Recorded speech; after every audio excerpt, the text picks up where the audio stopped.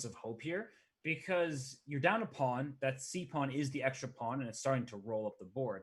And you're kind of stuck. The king can't get out. The G7 pawn needs defense. So how would I try to make a draw for black? Like, what's my best chance? And I'm struggling to come up with any sort of play. Rook D7 can always move a pawn to C5, and that pawn will protect that knight, keep it planted on D6. So knight E7, probably with rook E8 mate. Yeah, rookie eight. Oh, ooh, a blind spot. The checkmate was, and the rook takes c4. This is the counterplay she needed, but she only was able to accomplish it because Ushenina missed the checkmate. She was playing too quickly. Oh boy, yes. I I'm shocked by that. I, Wow.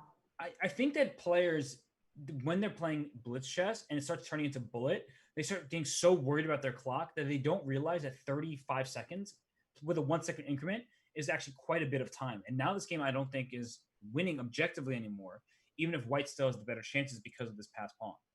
What a miss. What a miss. And I love the way that, Robert, you are one of the few commentators who I've seen consistently talk about people using too little time. I feel like most of us, we only focus on the other side.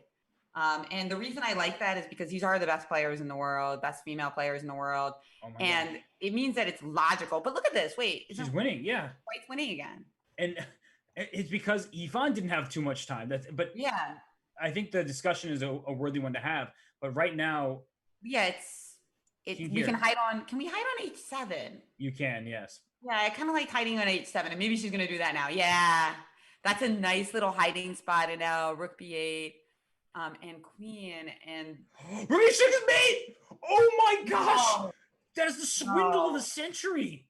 wow. Oh, I did it. I did it. Oh my God, I said King H7. I love this hiding spot. oh my gosh, that is What did we do?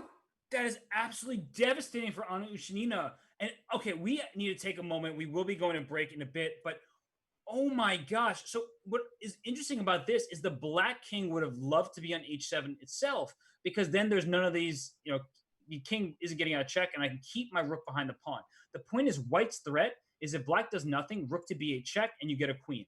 And that's what happened in the game. But H5 was the most devious move because it is threatening rook H6 checkmate, which you don't think about because that was not even on your radar. And the best move for white is rook takes G7. Your rook still protects the pawn. Now there's no defense to the H6 square. And your next move is rook G8 and getting Yeah. this queen. So we And just play Rook G8. So Rook G7, and then we play Rook G. All the same threats are in the position. Oh boy, oh, what a sad finale for Anna Ushenina. I mean, oh just goes gosh. to show you always fight. You always look for these little tricks. I mean, it it's mating that. Honestly, I've never seen anything like that, Robert. I